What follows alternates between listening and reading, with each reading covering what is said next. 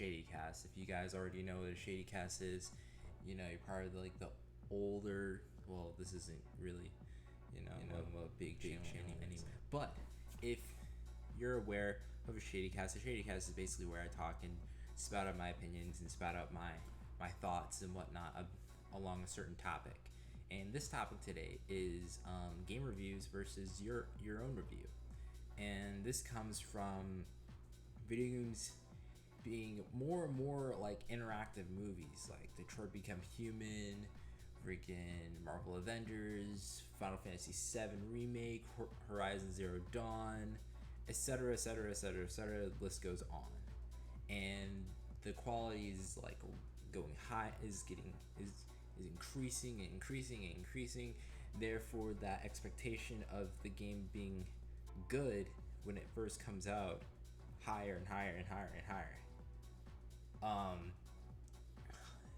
And as you already know, people are super critical about video games nowadays because they're super popular. And when you look at a video game nowadays, they look almost like real life. Sometimes I even mistaken, is that a video game or is that an actual person nowadays? Because trailers can be tricky sometimes, and nowadays the actual freaking cutscene could also be what's it called, the game as well. Like the quality of the cutscene will be the same as the quality of the game now with new gen consoles and PCs.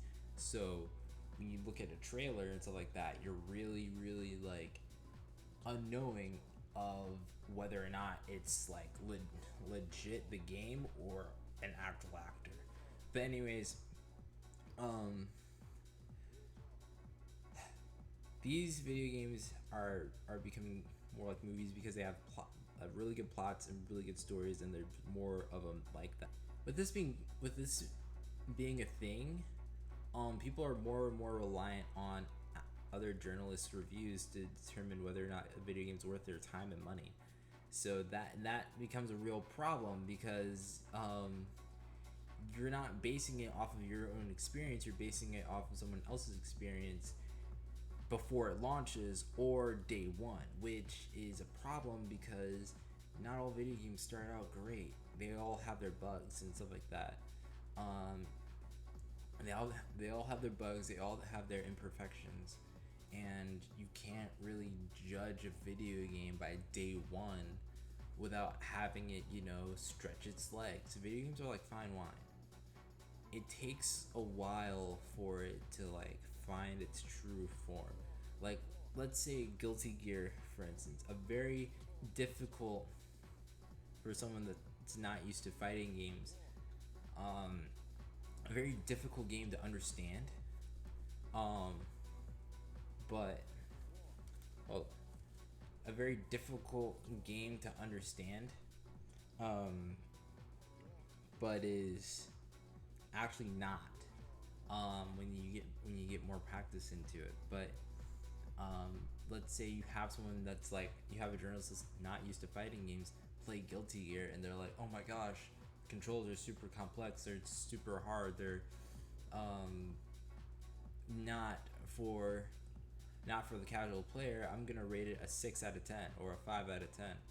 No, you can't just do that. You can't just tell the public, hey, yeah, this is not that good because it's hard, or it's not that good because it has bugs in it. As I say here, with these reviews coming in more so, these are the first things that a possible consumer and just a regular gamer is gonna see. Let's say you're following something like Final Fantasy VII Remake, and you're following it, all the news and stuff for it, anything that will give you some sort of hint or some sort of info on when the release date's gonna come out, what it's gonna have and whatnot, and all of a sudden one day you look at IGN or GameSpot or whoever you look towards, and you see a review of the game, and it's oh, it's trash, don't buy it because it has this, that, and the other. you're more than likely gonna be, oh crap, it's trash. I'm gonna stay away from it, yada yada yada, and I'm not gonna buy it or experience it for myself because I don't want to take that risk. This is why we have demos. Um, they're free, and uh, they allow you to experience a portion of the game. Some demos are better than others. All the Infinite was trash. Um, but nevertheless, they still give you some. They give you a taste of what the game is gonna be like. A taste, not like an entire mouthful. Um, so, with that being said, as a result of all of this happening, like I said, you have people that um, rely heavily on other people's opinions rather than their own, rather than taking a leap for themselves.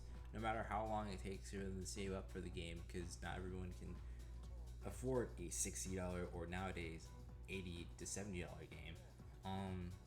But you can't, you can't like, you can't say the video game is trash without experiencing it for yourself. Like, for instance, Cyberpunk 2077. It's super buggy. I already saw gameplay of it and whatnot, and it was terrible, right, to begin with. But now, and I recently got it like a month ago, and I played it, and it's great, right?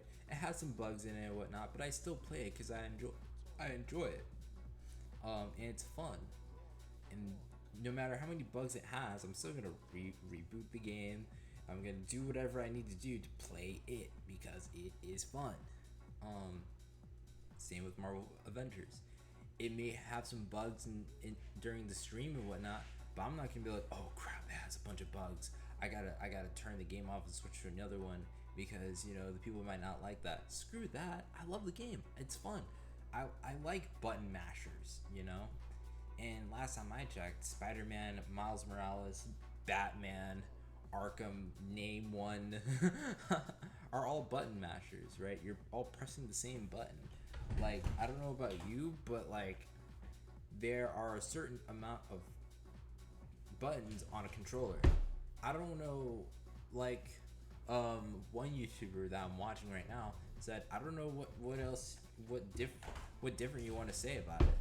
Like, what different you want to do with it.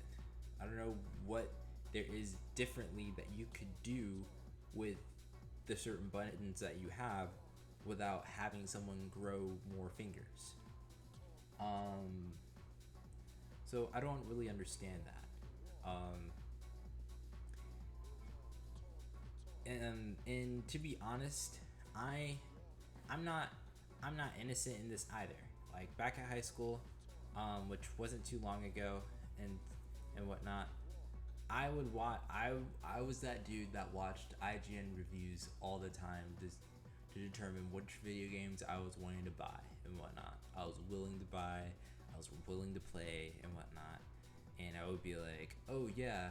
And they would be like, yeah, it's trash. I was like, yeah, it's pretty trash, yada yada yada. And I would base my opinions off the gameplay that they showed, even though it was day one, right? And even if I was interested in the game and they still say it was trash, I was like, they must have said it was trash for a reason. Yeah. They must have said it was trash for a reason. But in the same token, it's like you can't just do that. And now that I'm looking at it and I'm older, I'm about to turn 20 soon. Like, I notice this and I'm like, whoa. Wow. Like, thinking of it from another angle, I shouldn't have done that. I shouldn't have, like, not tried something out because someone else said it was trash or because it was old or whatnot. Like now, like eventually I'm gonna get what's it called? JoJo's Bizarre Adventure Eyes of Heaven. That fighting game. The arena fighting game that like came out a good minute ago and no one talks about. Why? Because I love JoJo's Bizarre Adventure and it looks fun. And I played the demo and it's freaking fun. So I'm gonna do that. Why? Because I like video games. I'm going back to the more and more I like think about this, the more and more I realize when I was little, when I was much younger, I didn't care about the quality of a video game or the story or whatnot. Like I care about the story, or like if it had bugs or what other people thought of it, or if anyone knew about it. I just played it. Why? Because I loved it. Like I don't know about you, but one of my favorite games was Over the Hedge, the movie, the video game. And then there was Shrek 2, and then there was Tony Hawk's American Wasteland that apparently not a lot of people know about, which is surprising to me because it was like, in my opinion, one of the best. And then there was X-Men Legends 2, which again, no one knows about for some reason, but in my opinion, one of the best video games I've ever played. Um, it was just cool, you know? So, that being said, that concludes my Shady Cast head talk and all that good stuff on game reviews versus your reviews, and to close, just experience it. Don't think about other people's opinions, because in the end of the day, they don't care. They're not playing it and they're not paying for it. You are. So just think about that the next time you hear an announcement of a video game and you want to play it. Despite what reviews may say, it's your interests, not theirs. So with all that being said, thank you for listening. Thank you for watching.